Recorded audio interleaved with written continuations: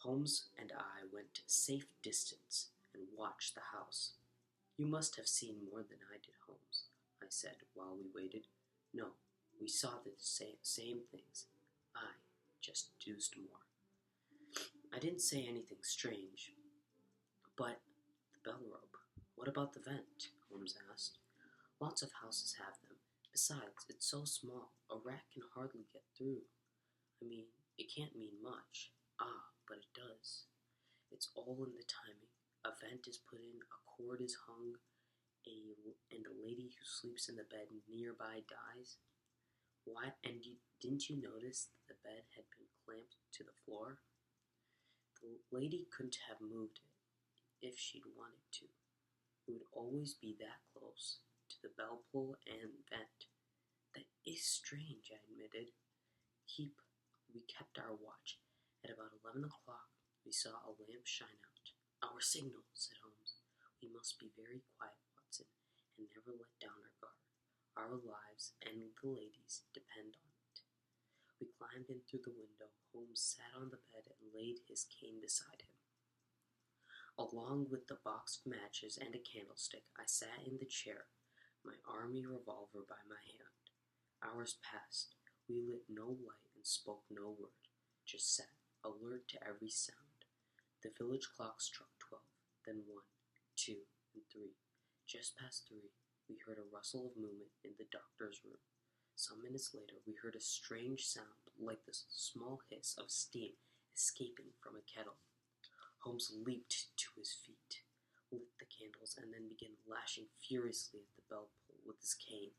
"See it, Watson," he yelled loudly. "Do you see it?" I saw nothing. As Holmes lashed and yelled, however, we heard a low whistle.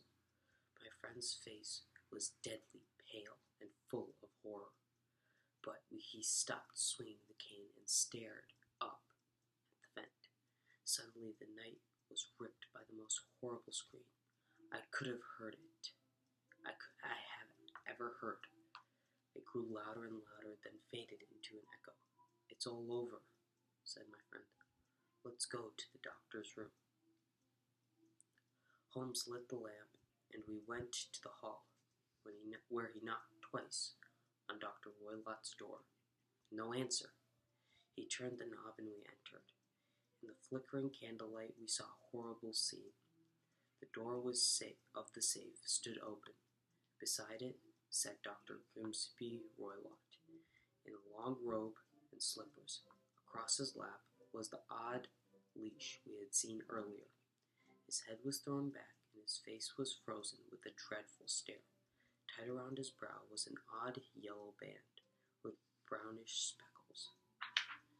"The band," said Holmes. "The speckled band."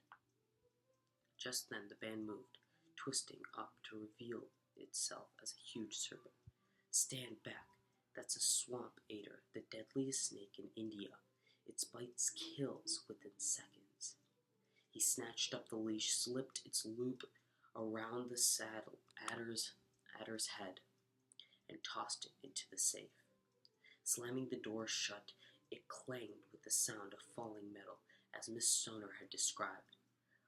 "Let's get Miss Stoner to a safe place," said Holmes. "Then we'll call in the